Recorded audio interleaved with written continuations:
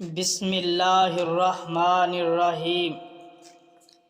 اس طرح رسول صلی اللہ علیہ وآلہ وسلم مدت رضاعت ختم ہونے کے بعد بھی بنو سعد ہی میں رہے، یہاں تک کہ ولادت کے چوتھے یا پانچویں سال شق صدر سینہ مبارک چاک کیے جانے کا واقعہ پیش آیا۔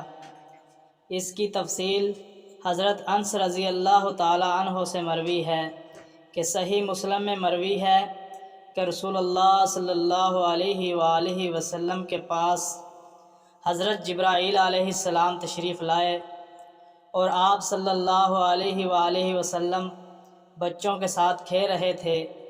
حضرت جبرائیل علیہ السلام نے آپ کو پکڑ کر لٹایا اور سینہ چاک کر کے دل نکالا، پھر دل سے ایک لوتھڑا نکال کر فرمایا یہ تم سے شیطان کا حصہ ہے۔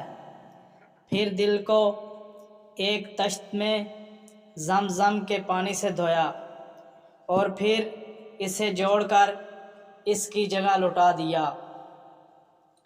ادھر بچے دوڑ کر آپ صلی اللہ علیہ وآلہ وسلم کی ماں یعنی حلیمہ کے پاس پہنچے اور کہنے لگے محمد صلی اللہ علیہ وآلہ وسلم قتل کر دیے گئے ہیں، نعوذ باللہ۔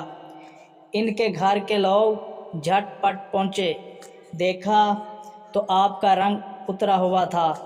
اس واقعہ کے بعد حلیمہ رضی اللہ تعالی عنہا کو خطرہ محسوس ہوا اور انہوں نے آپ صلی اللہ علیہ وسلم کو آپ کی ماں کے حوالے کر دیا۔